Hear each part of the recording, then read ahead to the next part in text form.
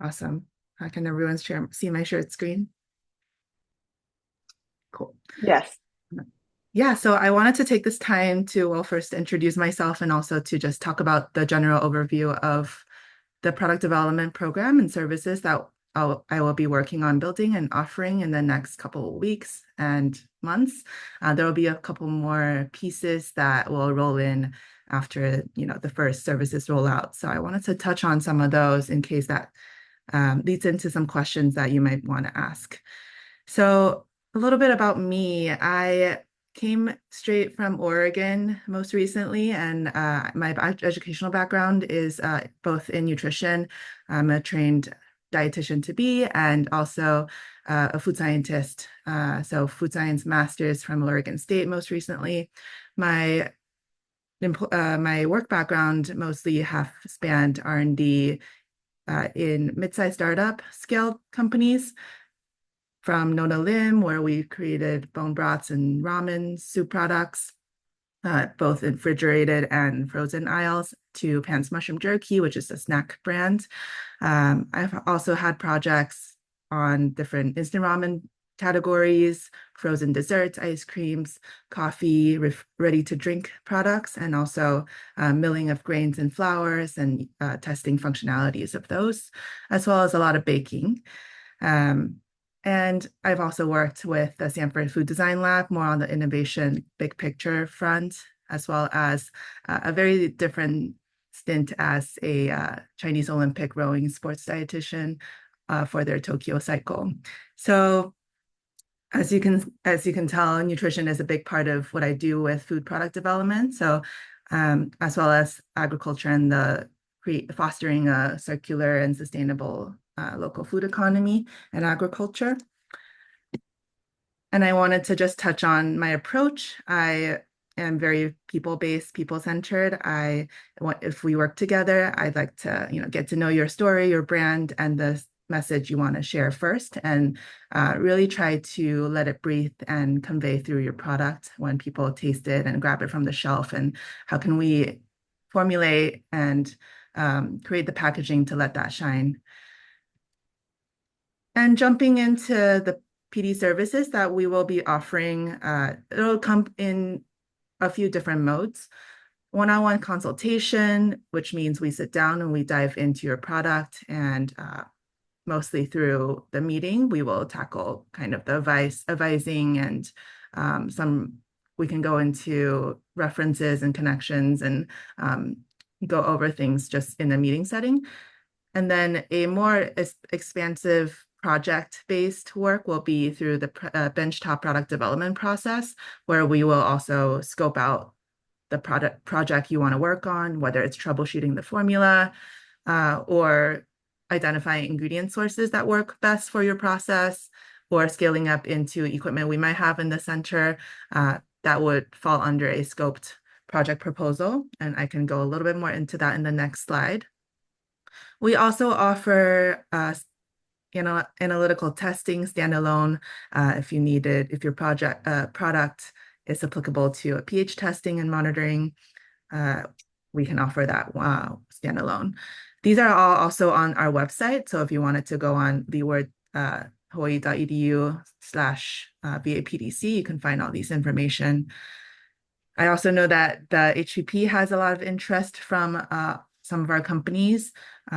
We will be offering that, and as well as the training in the coming months. So one of some of the questions in the previously submitted have mentioned whether we offer sensory testing and analytical testing as well as nutritional label. And the answer is yes to the analytical testing, which includes pH, water activity, and Brix measurements, and as well as nutritional label, both review and generation. So we will update through our email, and if you can submit an intake form after this, we will roll that out into our newsletters. We will be updating you when all of these are available.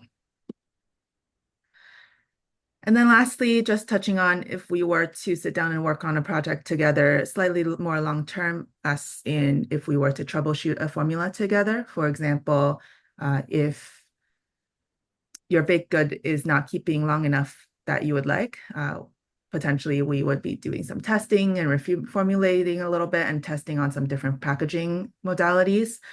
We would sit down and work on a scope proposal and then choose a deliverable and a timeline, and we would share the cost as well. So a few different ways that you can work with product development at the center. And if you have more questions, feel free to drop it in the chat, ask during the session, or send an email to the VAPDC general email that's on our website. And I will hand that back to Naomi. Thanks, Hailey. And just for those who haven't joined us before, to clarify what the Value-Added Product Development Center offers. So we offer product development, consultation, and testing services, as Hailey mentioned.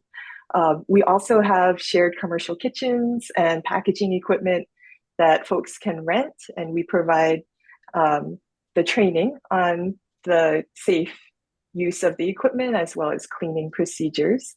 And thirdly, we also offer a variety of programs. So we are part of Leeward Community College and partner closely with a lot of departments within the college, such as the Office of Workforce Development for our Aina Tumakeke program.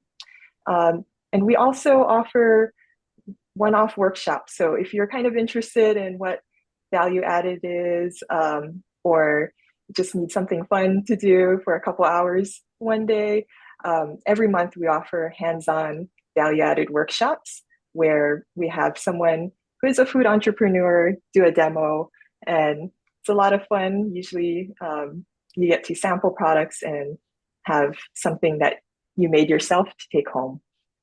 So jumping back into the questions, folks feel free to submit questions in the Q&A. To kick things off, I'll ask some questions that were submitted through registration. So Hailey, you mentioned your experience through various companies and both in product innovation as well as nutrition. Could you please share some of the specific products you helped develop and some quick tips for aspiring food producers? Sounds great. Thank you, Naomi. I will share, one example is Pants Mushroom Jerky, which is a shiitake mushroom jerky product. I joined the team and they already have a viable product that's very popular. I joined the team to create different flavor line extensions. Consistently every year, we launch about 3 new products. So I work on the innovation calendar. That's something that I think may be more relevant as brands grow and attend trade shows where buyers will come back and look for new products, and you get a lot of traction if you prove that you're consistently rolling out new product. And for example, we worked on different flavors of the jerky, so just the seasoning innovation, and also based on feedback from buyers and consumers, I worked on changing the added sugar over to no added sugar by using whole fruit sweetener, things like that. And also at Nono Lim, we worked on different packaging varieties with bone broth. So for example, an innovation is a heat and sip cup. So it looks like a coffee mug, but it's microwavable bone broth that you can sip at your desk, and making sure that the product fit within that and with the packaging, and it would preserve the shelf life. Would it be impacted was something I worked on. So a good variety of span of projects that is very cross-functional with packaging, marketing, food safety, etc. And then you asked some tips for startup food entrepreneurs. Well, from a product perspective, I think something I tell everyone is that as we're making small batches, it's a good practice to always keep in mind and doing either the thought exercise or the benchtop exercise to think to see how simple you can get your formula down to. Say if you're shrub currently uses 10 ingredients. Are they all necessary? If we were to run into a supply chain issue and half of the ingredients are really hard to source, can you still get the soul of your product in half of that? And especially for something like a baked good, a snack good, clean label is a big trend, and of course, supply chain. So the easier, the more simple your list of ingredients are, and the more straightforward the process is, the easier to scale it up. So along those lines, also think through if this is the process you're making it at home, small batch or a small kitchen, do you know what equipment you would need to scale that up 100 times batch? Does that still look the same? Can you still do a 5-step process, or does it all need to be drilled down to 2-step for it to make sense? That is one. And then let's see. Also, just in general, being agile and ready to iterate, being ready for change. If, you come into the center and test a couple equipment and realize that the same formula or the same product won't be viable on a larger scale, and perhaps changing the form factor a little bit, being open to that would be really helpful to um, assist with the scale up process. And then also just knowing that does your ingredient sources come in wholesale bulk options, so that you're not going to the store to buy a bunch of things when you do something like made in Hawaii. Awesome tips. Thank you, Haley. So you had mentioned shelf life, which several folks ask upon registration some questions about shelf life. How do you determine shelf life of products? Is there a scientific way to test? Thank you. Great question. Also get that question a lot from different product types. So I think that the first thing I want people to know that shelf life testing and scientific testing, including microbial testing. So, when it does spoil, what are the spoilage bacteria that's causing the spoilage? That kind of testing is not actually required by FDA in order to decide and put the shelf life on the packaging. Now, with that said, it is your responsibility to make sure that safe and quality food is delivered within the shelf life that you claim. So, with a high risk product, you may want to also set up a recall plan. But for starters, at the stage that our brands are all at, we suggest that you do a shelf life determination based on historical data and competitive analysis. So, which means going to the store and looking at the label of a similar product and how long they claim for it to last. And based on knowing your own product, what happens when it starts breaking down. Usually we see that across many different categories, a product might get rancid before it spoils, or a buttermilk cheese texture might be compromised before it spoils. So a lot of the sensory qualities might deteriorate before the food safety part. So it's very much a choose your own adventure until you can have access to some of the testings like chemical stability testing like pH, water activity, and sugar concentration, which we call Brix level. And so we offer those testings. And if some of the meters are affordable at a handheld scale, so you can, if you have a acidified beverage or preserve, that might make sense to really know your pH. It might be a good investment to get that tested or get a meter yourself. And when you have those parameters, there are categories like acidified food and low acid food, and there are slightly different requirements, and only becomes relevant if you are to can it and to make it shelf stable. And in that case, we have pasteurization as an option, hot fill, and sterilizing the bottle as an option.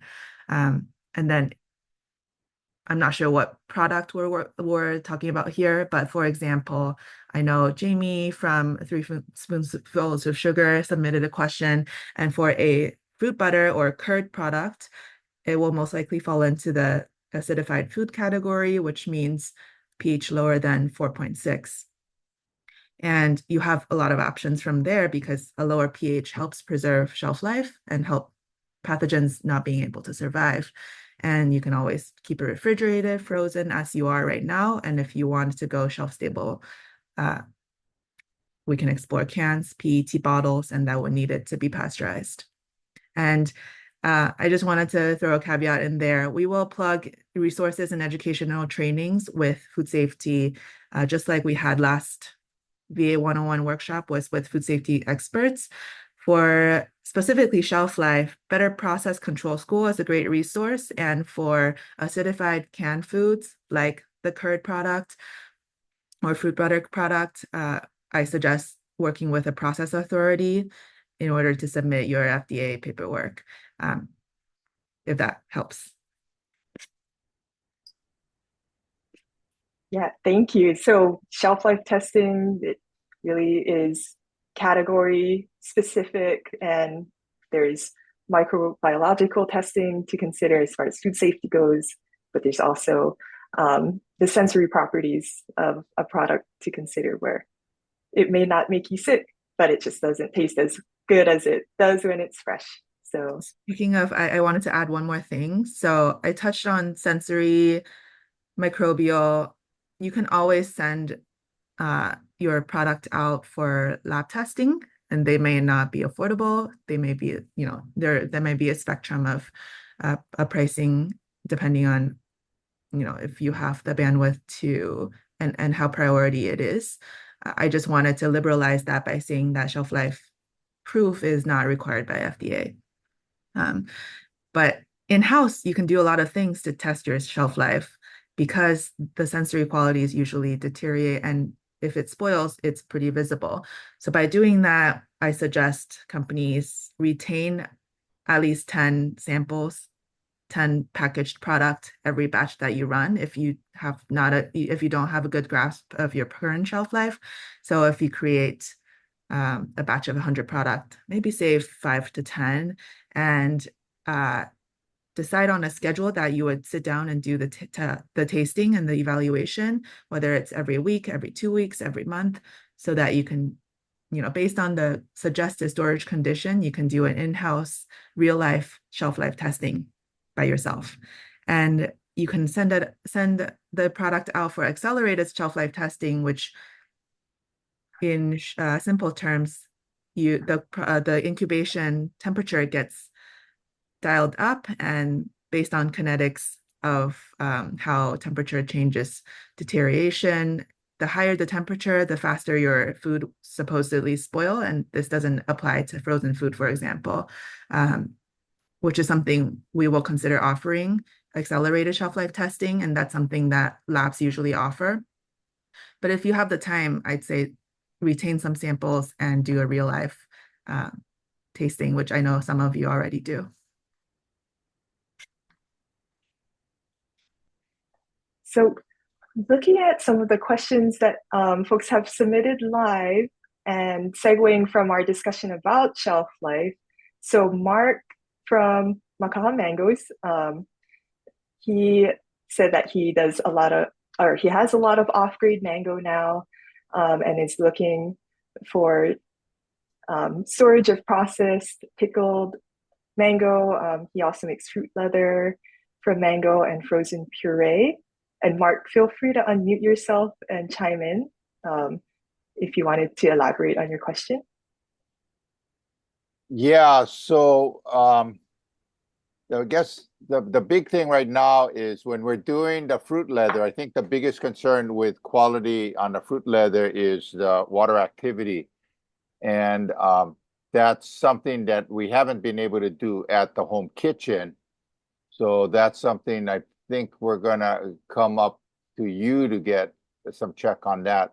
And I guess related to the question is, you're in Wahiawā, so the neighbor island people and the other people that are doing the fruit leather, how is that going to get pushed down so that we can check the water activity at the home kitchen level? Bricks is pretty simple. We use the hydrometer, and pH is pretty simple. So water activity is the biggest challenge, I think, for us. So we will have our water activity meter in shortly.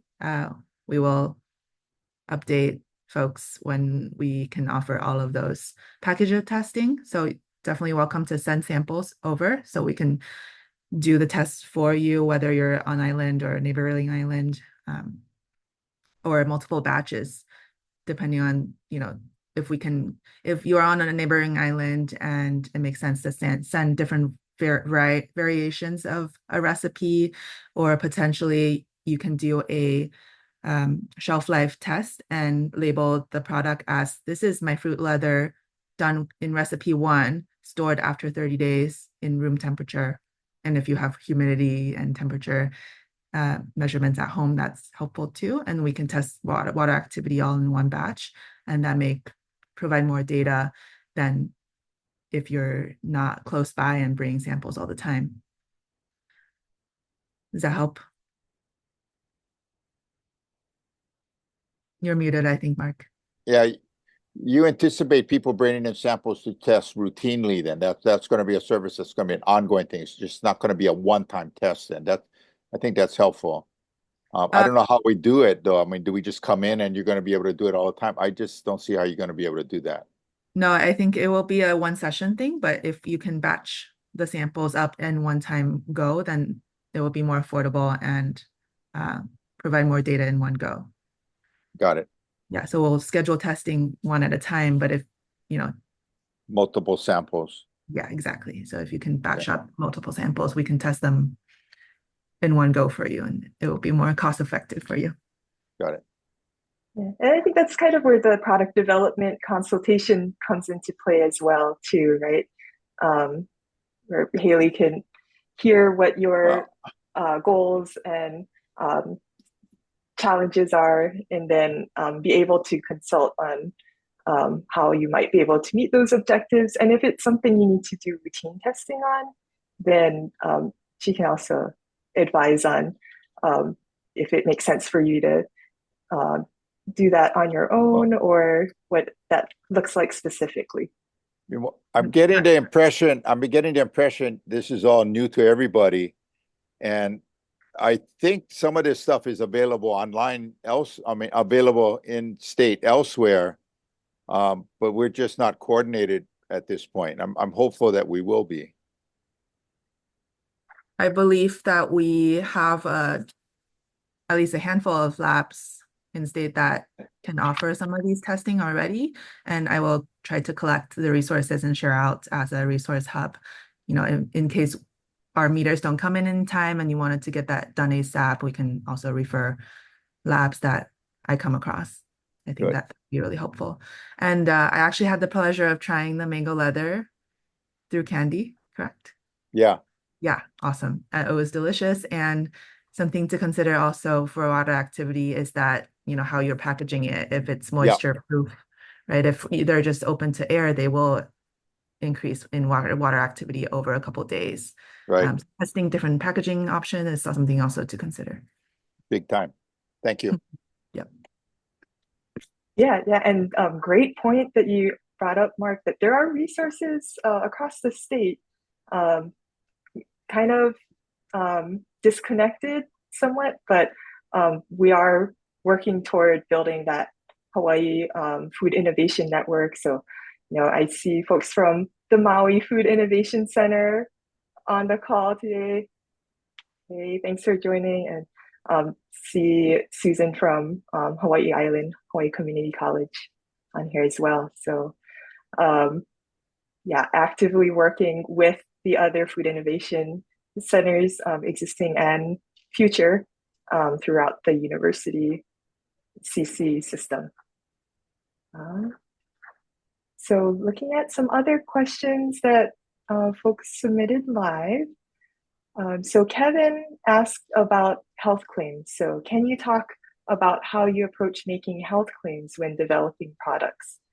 He says he has a family recipe that has the potential to go beyond their kitchen. And if you type the key components into Google Scholar, there's definitely solid evidence of benefits. But are there downsides to making these benefits part of the marketing and development? Great question. Thank you, Kevin. So I would say that wording is very tricky, and that's where a lot of brands tread the line of, asking for what's the word? Just going in the gray area and given some research and they can back those claims on the website. However, I think that the wording minutia is very, very important where, for example, if you had a ashwagandha beverage with herbal ingredients in them that have in the extracted form have shown some association to anti-cancer properties, doesn't mean that you should be saying on the label helps fight against cancer, plain and simple. So I think that based on the research that you do find, and if you feel like it's strong enough to make that as part of your brand marketing, to make the wording very, very careful.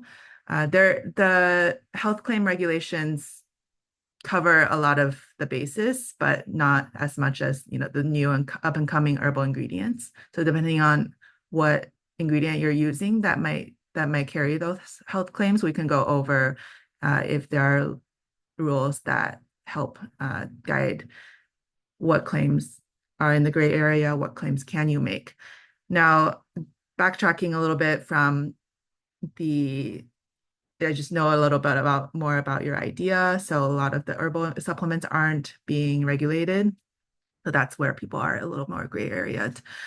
Now with the micronutrients and macronutrients, you can definitely make claims where it's high in vitamin B or high in iron or low sodium, etc. So these adjectives are regulated as in when you're claiming low, it has to be 10% or 20% of the daily below 10% or above 20% of the daily intake, depending on the nutrient, whether the FDA has deemed it bad, like sodium or saturated fat, or good nutrients like fiber and other vitamins. So there are clear and cut rules for nutrients like that, but for a functional benefit, it's a little bit gray, and we can definitely talk about what kind of messaging keeps you safe. And, citing resources is always helpful, but consumers only get 5 seconds to look at your product. And, depending on just like the health inspection, depending on the regulator, they can have a longer conversation with you depending on the claim. Yeah. So I think it's case dependent and definitely depends on whether this health ingredient is newer or well studied or more of a Is trend. antioxidant in the gray area more functional, or does it call closer to macronutrients? Because I feel like I can't go anywhere in the grocery store without seeing the word antioxidant anymore. Yeah, antioxidant is something that exists. That is a compound. So if it contains antioxidant, you can definitely see that. But whether the claim is about this antioxidant will reduce your blood sugar and cure diabetes, that is a claim that I'd say be careful about. For example, I know we have a couple of Mamaki tea brands on our portfolio already in our cohorts, and it's such an important ingredient to our island. So the research has been showing a lot of blood sugar reduction benefits. I think that's something to be able to claim, but with research and proving it the right way. Yeah. So and then that's more so about the wording of it doesn't treat diabetes, but have shown benefits to lower blood sugar, may lower blood sugar, and a little bit more word tricks like that. That's a little bit more on the packaging side, but I think that we can help navigate health claim regulations from the FDA website on the CFR. I think I see a related question in the on the difference between nutrition facts and supplement facts. They kind of look the same, right? Yeah, great question. So for a nutrition facts label, it covers your macronutrients, calories, protein, carbohydrates, fats, and then a required subsection of micronutrients. So 4 vitamins and minerals that you're required to, and you can always add more if your product's high in zinc. That's not required.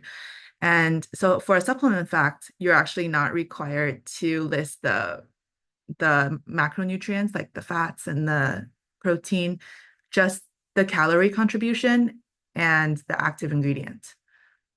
So that's where it differs, and it's regulated by a different body.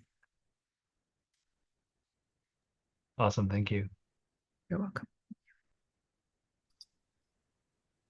Yeah, and one of the services that we will offer is nutrition labeling, so the label generation as well as review.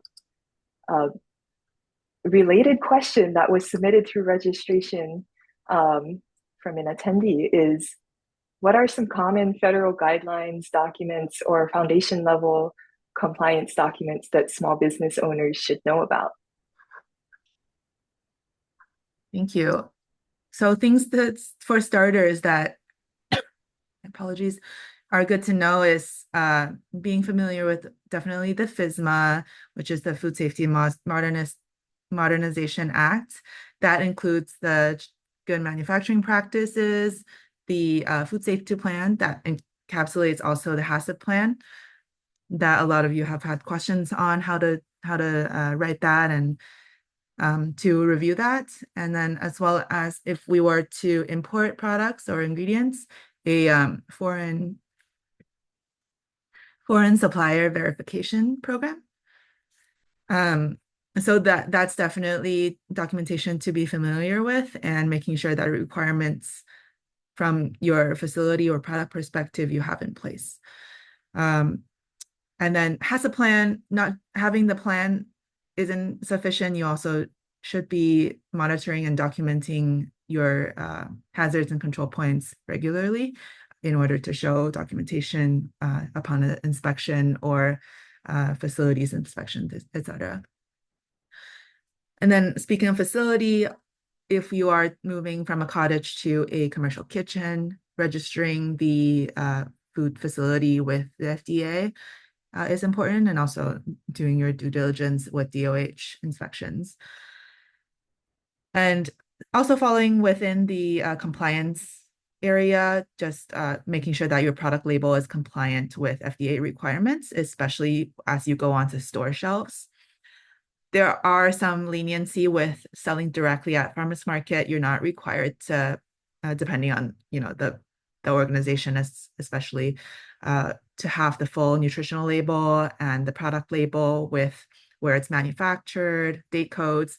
But of course, as you go on shelves, those are all required, and going through the exercise of making sure that they look like what other products on the shelf look like, or going through the regulation with those examples will be important as you both pitch to buyers and also get ready to sell to stores.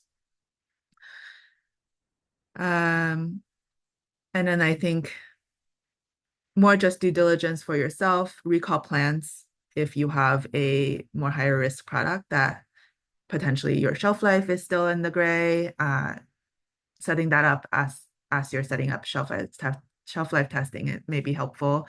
You may never use that document that you develop, but it's always good to have in place. Also helps with inspections and certifications. Those are some things off the top of my head. Yeah, definitely great to be aware of all of those. And as you mentioned, it does depend on who you're selling to, and what your distribution looks like, because the regulations won't be the same for somebody who is selling directly to consumer at their farmer's market and they have a not potentially hazardous food, versus someone who might be selling nationwide. So definitely need to consider all of those variables, but I'm glad you listed all of these considerations just to get it on people's radar. So referring to the chat, so Kevin asked a follow-up question about how much you charge for consulting, and is there any part of your program that connects new entrepreneurs to potential investors or funding? And I can jump in too if you like, but I'll let you answer first, Hailey. Sounds good. I'll cover part of this and Naomi can jump in. Kevin, having chatted with you a little bit, the Aina to Makeke program may be a good fit. So there's a few different pathways to work with our product development department. To consult directly, it is an hourly charge. Have we released the fee structure? Not yet, Naomi? Not officially. Okay, It I will be see. posted on the website soon. Yeah. Yes, it'll be by the hour, and we'll release the fee structure in the coming weeks. And as we get our meters in and get our lab set up, and then, of course, we can work on project too on the longer term, a couple weeks at a time, working on the formula, working on the packaging, working on adapting your home batch to our commercial kitchen. Those are all umbrellaed under the PD services. However, if this is a concept that hasn't been scaled up or hasn't been sold, hasn't had sales yet, I suggest Aina Tumekeke as a great incubation pathway that we offer. It's a 12-week evening course program, weekly courses. And at the end, you'll be pitching to Foodlands, Chef Zone buyers, and have a great business plan in place. And we just had our Made in Hawaii section with all of our Aina Tumekeke, some of our Aina Tumekeke graduates. I think that, and they also get 1 hour free R&D consulting and just a lot of Q&A along their course of during the 12 weeks. I think a lot of product development questions can be answered while they're in course. So if this is a really early concept that hasn't been in the market yet, I suggest that pathway. And we also get subsidized kitchen pricing, kitchen use, hourly rental price if you are a incubation pathway. So all of those will be posted, if not already, on the website, including the fee structure. So Kevin, I think that there's a couple options you can pursue on the consultation front. Yeah, and Thank you.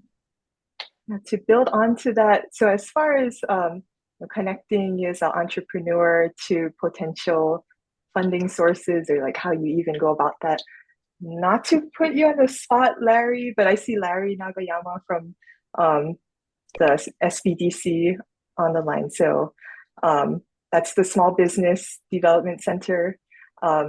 So they have business advisors, including Larry, who you can schedule time with to talk about your business plan, potential funding sources. We also have a small business fair coming up at LCC. It's on September 28th. That's a Saturday. So Chris Bailey, the manager of the Wahiawā Value Added Product Development Center, will be there, but there will also be a lot of other folks from different organizations locally who will be present, and it's a great way to make connections and find out what resources are out there. And if any of you in the audience haven't come out to the center, we are open to scheduled tours. It might help with asking some of your questions here as well if it's not answered here, or they come up in the future email or coming out to visit. It's a great way. That's right. So to take a step back from some of these more technical questions and go back to a bit more about you personally, Hailey. So you mentioned that you have experience in Oregon, as well as a few other locations worldwide, actually. And now you're here in Hawaii, in Wahiawā specifically. So what motivated you to make the decision to move out here, and what are you excited about getting involved in the community? Thank you for that question, Naomi. So this has to be probably my dream job and what I have always wanted to do when I get an opportunity like this. So I feel very lucky and honored to be working with you and all of you small local entrepreneurs. I think that, you know, what excites me the most is the opportunity to work with and empower small entrepreneurs in the packaged food sector. And I can devote all of my work into empowering and supporting and the scale up process, the troubleshooting, the helping to conceptualize, finding a fit, especially with the purpose of supporting local agriculture, using ingredients from our land that grows and feed people here, and to, you know, the term value added is so that our packaged food product will generate more revenue and money back to fund the land that grows our food. And I think that's such a grand mission, and I feel very committed and passionate about it.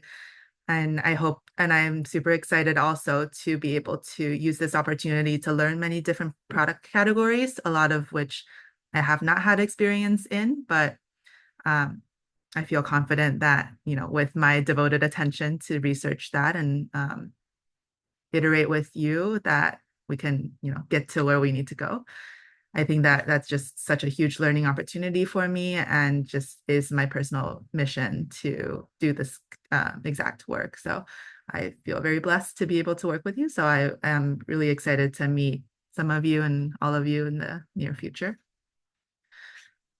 Yeah. Yeah, and the team was just at Made in Hawaii. So I know we all got a chance to try a lot of different local products. We're basically eating nonstop all weekend and talking to folks. So great way to just dive in. Super basic question, but what does value added mean to you, Hailey? And folks on the call, please feel free to add in your personal definition of what value added means in the chat. Yeah. So for me, it just, I mean, it could mean so many things on different layers, but speaking from my product perspective, value added value added means to me that the value from the ingredient gets multiplied and elevated and stretched to a wider footprint over longer shelf life, so that it brings back the money that that multiplies from what it's cost, what the ingredient, what ulu or kalo might cost directly to be sold as a crop. So I think that if you know, the vision for value added products are to be able to scale and create different levels of products to be able to share our crops with our local residents and people abroad. Got it. So yeah, that definitely relates to our mission of supporting local agriculture and promoting economic diversification, right? Where in Hawaii, you know, everyone's all about the omiyage culture, right? Anytime you go over to someone's house, you got to bring something. Anytime you go to visit family or friends on the mainland or, you know, anywhere, then generally you would take something with you. I know even visiting my grandpa in Maui, we always need to bring things that you can only get on Oahu and take it over to his house. So Hailey, you mentioned value added could mean making it so that you can take it somewhere where it lasts longer, it will survive the trip. So definitely aligned with you in that definition of value added. I see some great points in the chat as well. So using every bit of the product, no waste.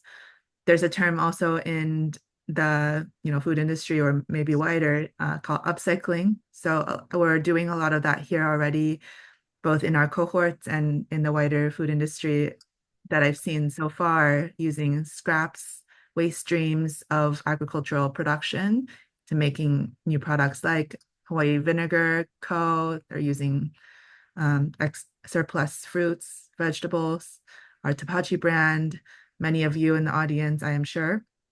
And also Daphne mentioned value added as longer lasting enjoyment. So that touches on shelf life, also creating different categories of products that taps the functionality of different crops and ingredients, like breadfruit as a starchier vegetable fruit, and being able to use it as flour, being able to tap that functionality to create different sub-ingredients for other things, and just opens up possibility to use what we have grown here than to import everything to create the trees that we're familiar with.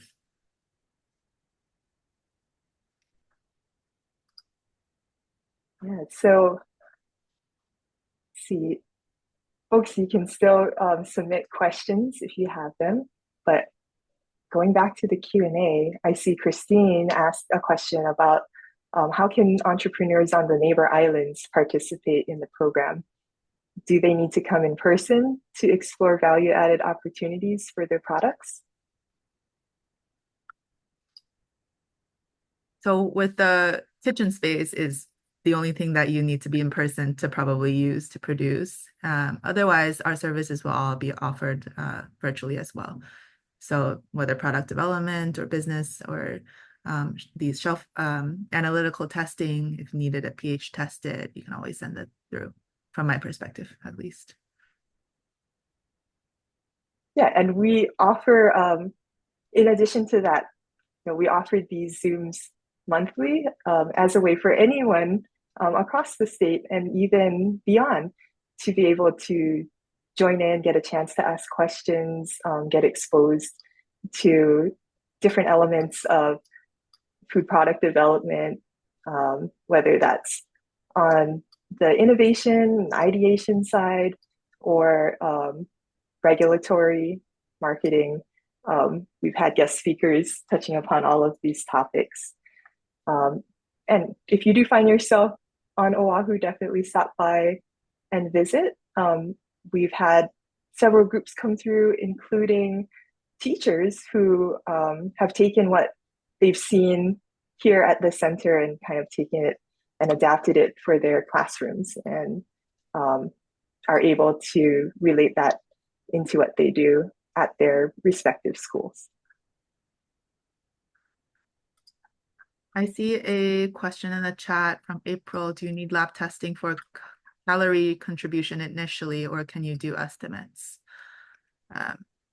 You do not need lab testing for calories unless you have a very particular products, for example, a fried product or a fermented product that changes that your input isn't equal to your output. For example, kombucha, your sugar that you put in gets fermented over time. So your final product is lesser sugar than the sugar that you put in. So the calories consequently will be lower than your initial formula.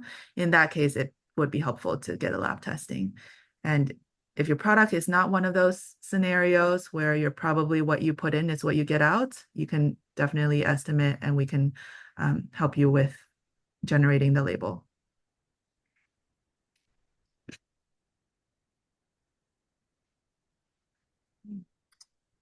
Thanks. And in the chat, I see that Peter asked, how do we schedule a visit? So I'm going to drop in our Calendly link to schedule a tour, as well as our email address. So I think also in terms of what next, if you wanted to work with us on your product development front, I will be opening my intake form very soon, hopefully this week. So any inquiries can be dropped in there. We will ask a lot of questions about your respective products to help direct you to the right service, and then we can talk from there.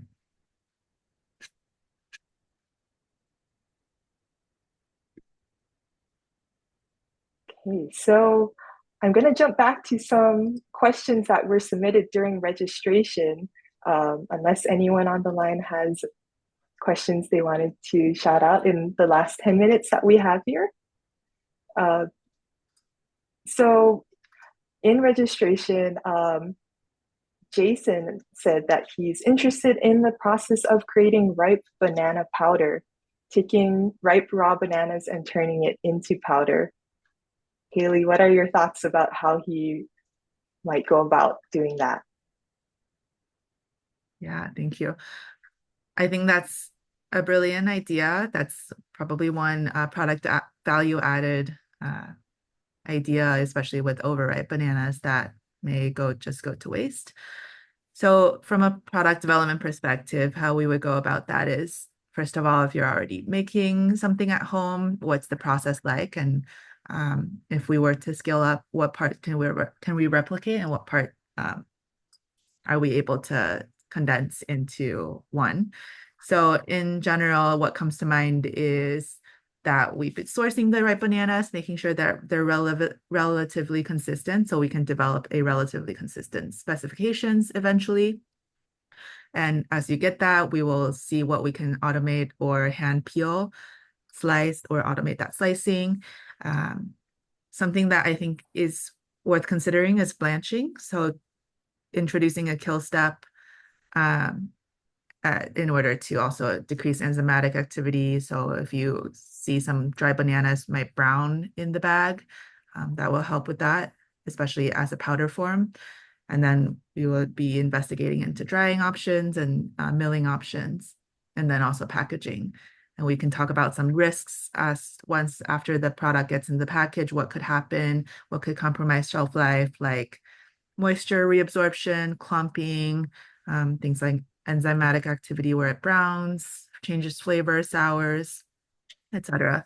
And doing some testing such as pH and water activity for that would be where I would start. And so if you came with an idea like that, we can talk about whether it's consulting to start or going straight into a project where I go on the bench and develop that powder with you. Lots of possibilities. Awesome. So Mark asked a cottage law question in the Q&A. So he asked about how does the current cottage business law allow home kitchens to produce value-added products and integrate with local food hubs and the center. So Mark, feel free to chime in if you'd like to clarify. I'm not sure if I interpreted the question correctly. No, that's fine. I'm famous for vague questions to see what the thoughts are in the group. So I'm famous for that.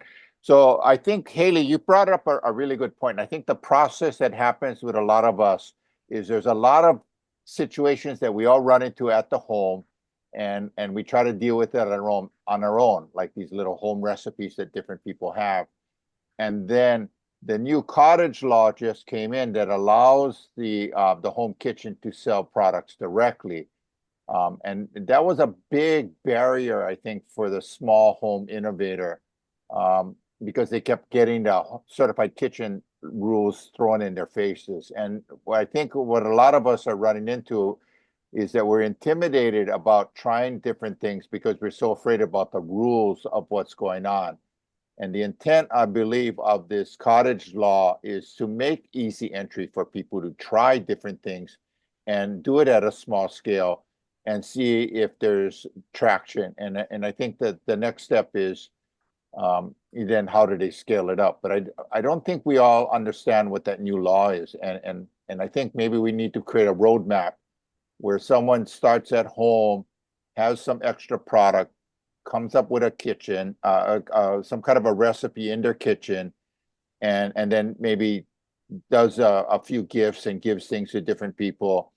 And then they think about, well, maybe I should make a business out of it. And then they move to the next level. So I think that pathway, we just, there's a lot of barriers. And I think that cottage law was an attempt to reduce the barriers. The more we understand it, I think the easier it's going to be for us. I don't think we understand it yet.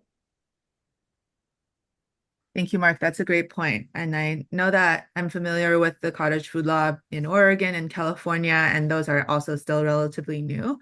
And I do believe that there are some statewide interstate variations with the specific regulations. I think that's a great idea to dive into it and create a roadmap or a session or a course or a training material to help empower some of our cottage makers or folks that have an idea that want to start in the cottage setting.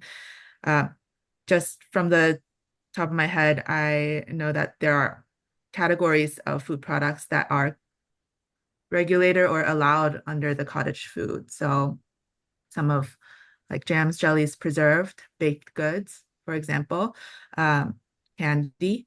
So quite specific, tea and coffee.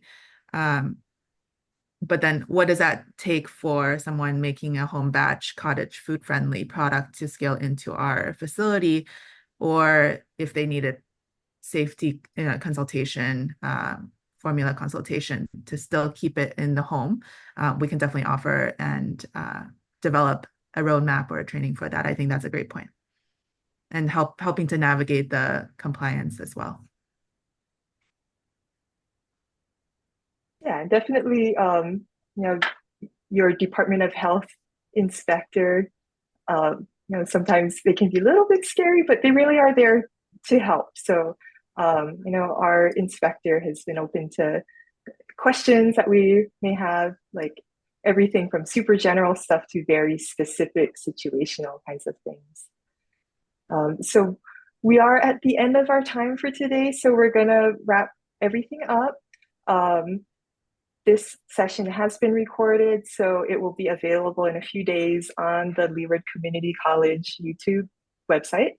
And then for the prize pack winner, you'll be contacted via email in a few days, and we can coordinate how we get your prize to you. As always, feel free to email us, schedule a tour, sign up for our newsletter. All of that is available on our website. We also have an Instagram page. Our handle is at Wahiawā Food Innovation. So we post a lot of our upcoming events, including these webinars, as well as hands-on workshops and things like our showcase on our Instagram. So thank you everybody for joining us today, and have a wonderful week. Thank you. Thank you for joining, everyone.